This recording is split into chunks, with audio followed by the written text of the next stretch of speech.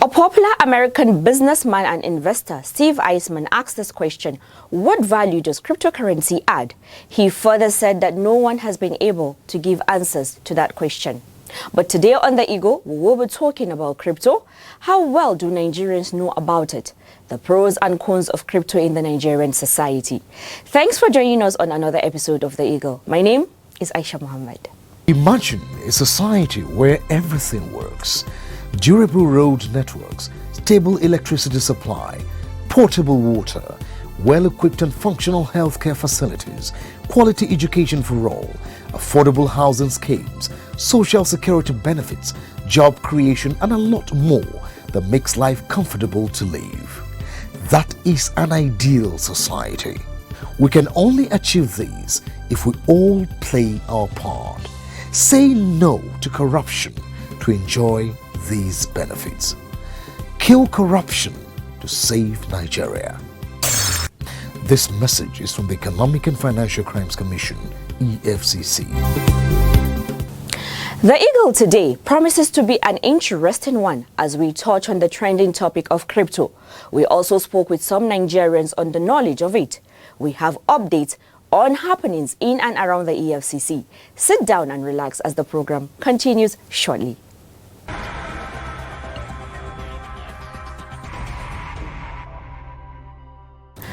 We start today's program with updates on concluded EFCC cases on court, with Martha Echi standing by for the brief. Over to you, Martha.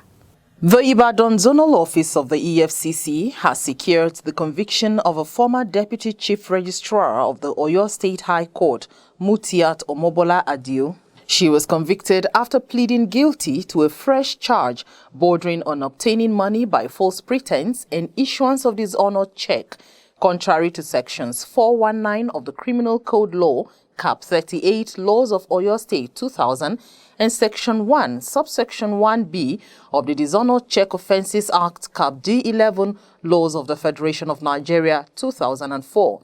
Adio is alleged to have obtained a 2000 model Toyota Pathfinder SUV valued at 1,500,000 naira from one Fabumi Olatunji Samuel of Fatai Olarewaju Motors by pretending to him that it would be paid once the check she issued him in the said value is presented to her bank.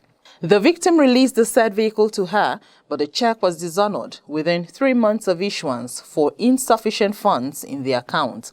Upon arraignment on January 30, 2018, the defendant had initially pleaded not guilty to the charges, but later changed her plea to guilty after a plea bargain agreement leading to the amendment of the charge. Justice Owolabi thereafter pronounced defendant guilty of the offense and sentenced her to 3 years in prison. The court also ordered her to restitute to her victim, one Fabumi Olatunji Samuel of Fatai Olarewanju Motors, the sum of 500,000 naira, in addition to the sum of 1 million naira she had previously paid in restitution to the victim. With the latest development, Adio completes a hat-trick of convictions, having previously been jailed twice for fraud. On May 18, 2018, she was sentenced to 7 years imprisonment for obtaining 9.2 million naira from one Abiodun Olonode, a Nigerian resident in Ireland, by false pretense. Also, on March 6, 2020, she was convicted and sentenced to 5 years in prison for stealing a sum of 22,375,913 naira from Guarantee Trust Bank PLC.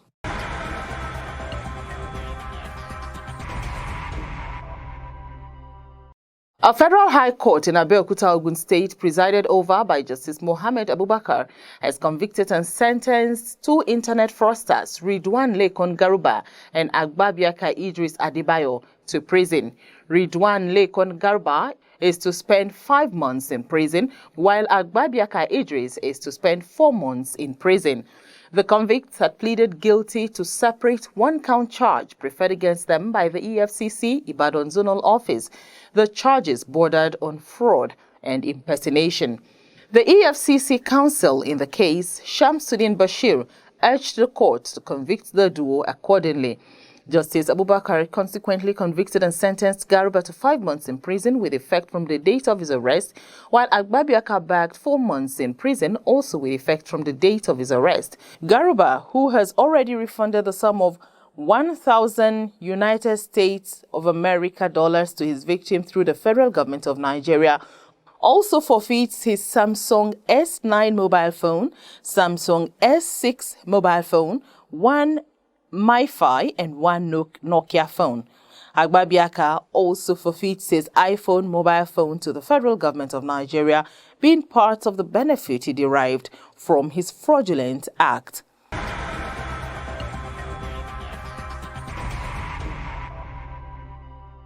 A couple, Ebiesua Abayomi Frederick and his wife, Tinuola Idayat Oyegunle, have been sentenced to 40 years imprisonment each by Justice Joyce Abdulmalik of the Federal High Court sitting in Ibadan, Oyo State, after they were found guilty on all 4 counts of conspiracy and obtaining by false pretense brought against them by the Ibadan Zonal Office of the Economic and Financial Crimes Commission. The couple, in a classic advance fee fraud scheme, fleeced one Duni Olatero Olagbegi of 53,713,260 naira in cash and bank transfer through a spiritual cleansing gambit in order to avoid a calamity of mysterious sudden death, having overheard a conversation by a syndicate about a Ghana must-go bag stuffed with United States dollar bills in the boot of a car. The victim had sometime in May 2013 boarded a taxi cab with 3 other passengers who, unknown to her, were members of a syndicate of fraudsters. As soon as she entered the vehicle, she heard the 3 other supposed passengers arguing about a Ghana must-go bag filled with United States dollar bills in the boot of the car. Moments later, one of the syndicates told her that she must be cleansed to avert sudden and mysterious death, having heard their discussion.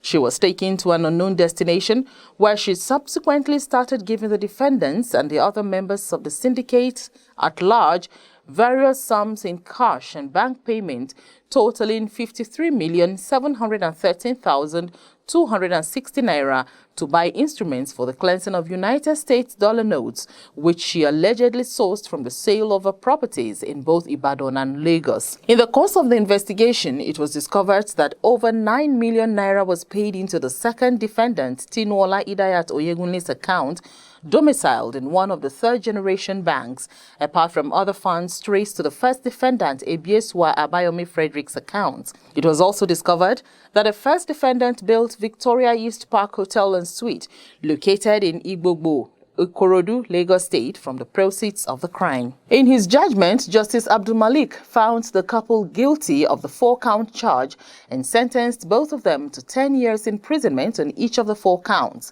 However, while Ebiesua's prison term takes effect from June 19, 2017, when he was arrested, Tinuola's time in the custodial center will start counting from May 26, 2017, when she was arrested. The judge also ordered the Victoria East Park Hotel and Suite be sold and the proceeds, if up to 53,713,260 naira, be returned to the victim in the case, and if it exceeds, the balance be paid into the federal government's account. The sentences are to run concurrently. Martha Eche for The Eagle. Wow, this is a clear indication of the saying, alone we can do so little, but together we can do so much. It is our hope that everyone desists from financial crimes, be it single or as a couple, because the hands of the law will always catch up with the culprit.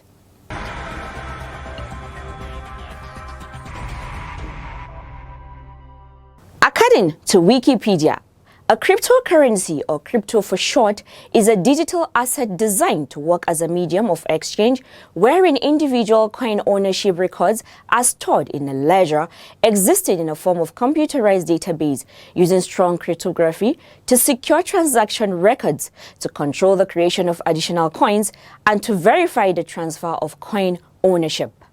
It typically does not exist in physical form like paper money and is typically not issued by a central authority. Cryptocurrencies typically use decentralized control as opposed to centralized digital currency and central banking systems. When a cryptocurrency is minted or created prior to issuance or issued by a single issuer, it is generally considered centralized. When implemented with decentralized control, each cryptocurrency works through distributed ledger technology, typically a blockchain that serves as a public financial transaction database. For us to understand more about cryptocurrency in Nigeria, its advantages and disadvantages, the Eagle crew had a one-on-one chat with the head of operations, Abuja Zonal Office of the EFCC, Saad Abubakar, to shed more light on crypto. Here are excerpts of the interview. Sir, can you please explain to us what cryptocurrency is? To a layman, actually. Cryptocurrency. Crypto is a computer terminology or a computer program that is used to hide information. Identity is a language that they use in coding, and that language will hide a lot of information. Then currency is money. So cryptocurrency is a digital currency that have the ability to hide the identity of its owner. All right, sir. So are cryptocurrency not legal in Nigeria? Well, when you look at it in January, I think 2017, CBN directed that all banks are forbidden to do transaction in cryptocurrency or hold any transaction in cryptocurrency. And also CBN reiterated its position in 2018 that still they are reiterating what they have said in 2017, that no bank should continue to hold or transact in cryptocurrencies as the regulatory body within that environment. And finally, it also maintained its status February 2021. So virtually what the CBN says stands. And also I think the SEC also is supporting the CBN in that regard. Okay. Okay, sir. What do you think are the reasons for the ban on cryptocurrency? There are a lot of reasons. When you say cryptocurrency, we don't know the identity of the people that owns it. So first of all, nobody, it is not licensed, it's unregulated, and nobody can coordinate, no institution that say that, look, we are giving the cryptocurrency. So, and it is a hub for money laundering, tax evasion, and also for all, for people to collect proceeds of crime because their identities are hidden. So those are the things that make it so difficult for government of a lot of countries to agree whether it is legal or illegal. But the status as we speak today, cryptocurrency is not a legal tender in Nigeria. Okay, so sir, it can also be used for terrorism financing? Absolutely. There are a lot of crime. It is just amongst others for terrorist financing, kidnapping. We had last year that somebody was kidnapped here in Abuja, and they were demanding for the ransom to be paid in crypto, in Bitcoin. And we also, a lot of computers are being hacked and encrypted, and they will ask you to pay for the ransom to open your computer in cryptocurrency, which you will not be able to know who owns that who owns that wallet, who owns that cryptocurrency, where you are sending the money, the account that you are sending your money, you will not know. So those are challenges.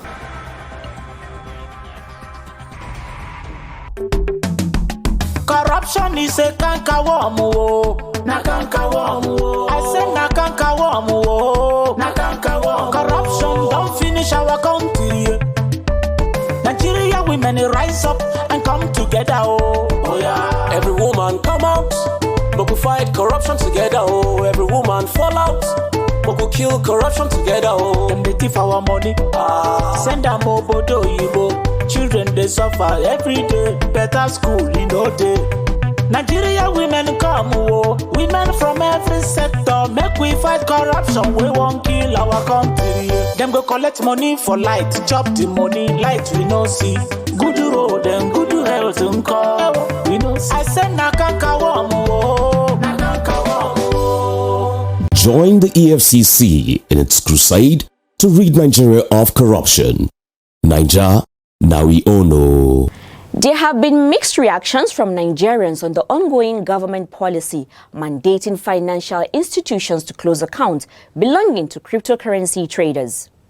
The larger part of these regulations, as observed by the government, are meant to regulate an emerging dangerous trend capable of eroding Nigeria's anti-money laundering and counter-terrorism efforts, as cryptocurrency has an unclear image of legitimate means of exchange, lacks integrity due to the fact that they are highly speculative, untraceable, and has high volatility of investment in recent times. This is why the Eagle team took to the streets of the FCT to engage the public on their knowledge of crypto and what they think of the government ban. Sani Emmanuel is standing by to take us through. Over to you, Emmanuel. Nigerians received the news of the banning of cryptocurrency by the federal government with mixed feelings. While many persons see this policy as a step in the right direction, other persons view it otherwise. So, here I am on the streets of Abuja to speak with Nigerians on their opinion on this policy and their knowledge of cryptocurrency trading. Stay with me. Cryptocurrency, I participate in cryptocurrency too. Cryptocurrency is one of the offshoots of a technology known as the blockchain technology. The blockchain technology is a distributed ledger technology. In normal accounting language, that means an account system that has where you credit it and where you debit it. All right? They are very different, so many distributed ledger systems around the world.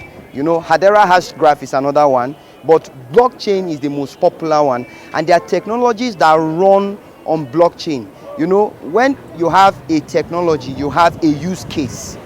One of the use cases of blockchain is the cryptocurrency. It's one of the offsprings of the blockchain technology. There are other use cases like e-voting, like where you have data about health systems around the world. They are very different use cases. So cryptocurrency is one of the use cases of the blockchain technology. What I understand by it is a currency that is not regulated by a defined law. A currency that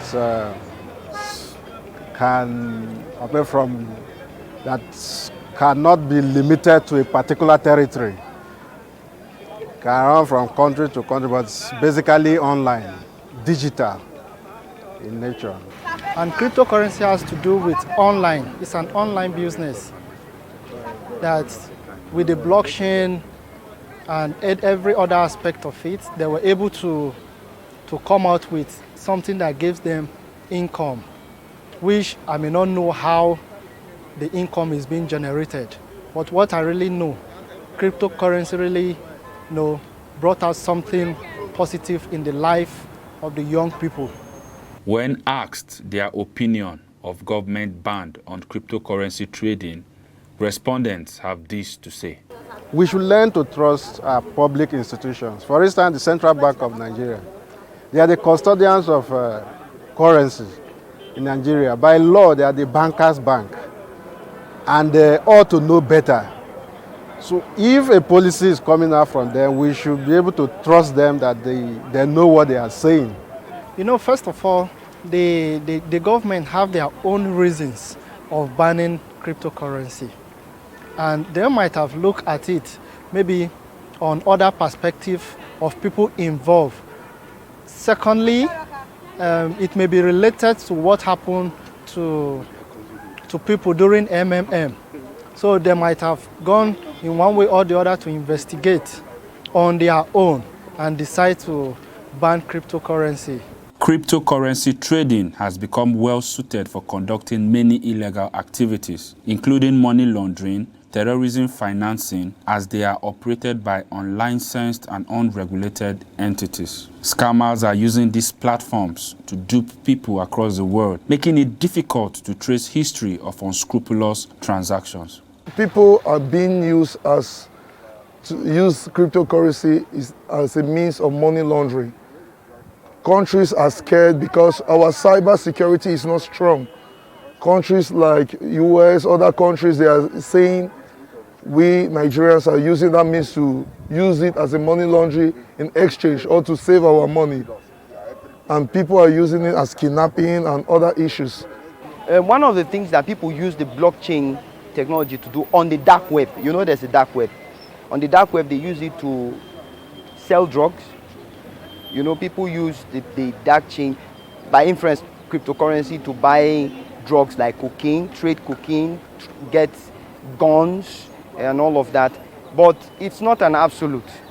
That's one of the disadvantage that you have. Number two, a lot of people use it for direct fraud, like what we know in Nigeria as Yahoo Yahoo, what we know as Section 419. People use it and they, by false pretense, you know, collect people's money and say they can help you to invest. Please, any advert that says that invest this and you know that the gain is too much, just know it's fake. All right, so people use that to dupe people.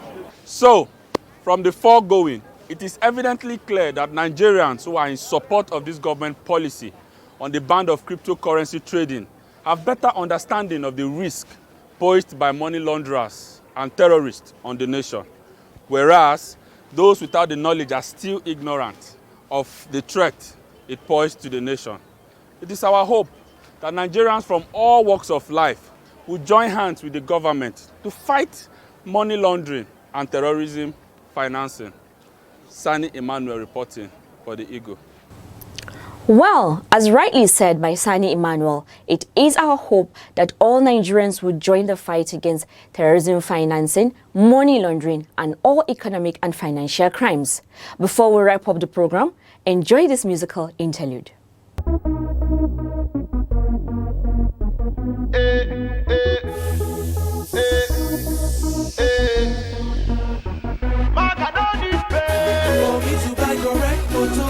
For me to make my dough, I don't need pay.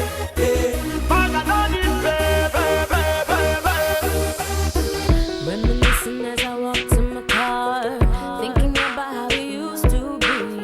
For Ekuma, I did ride Okada, and most times I did so carry. I wanted to change the way I live, but I didn't have to do those things. Now I'm ruling VIP.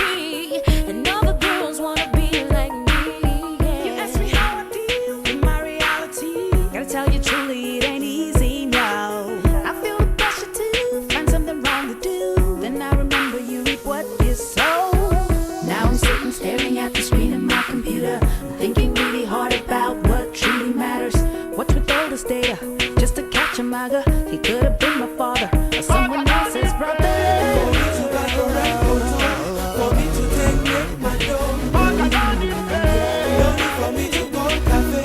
I hustle hard to make my pay. I don't need pay. No need to do yahoo yahoo, to do yahoo yahoo. I don't need pay.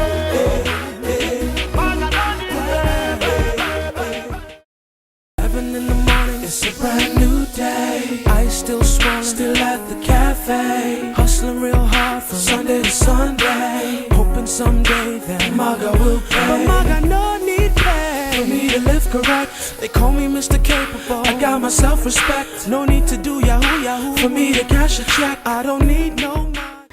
And that's how we wrap today's episode of The Eagle. To be part of the program, send your enquiries and suggestions to The Eagle at efccnigeria.org or search and follow us on all our social media platforms at Official EFCC.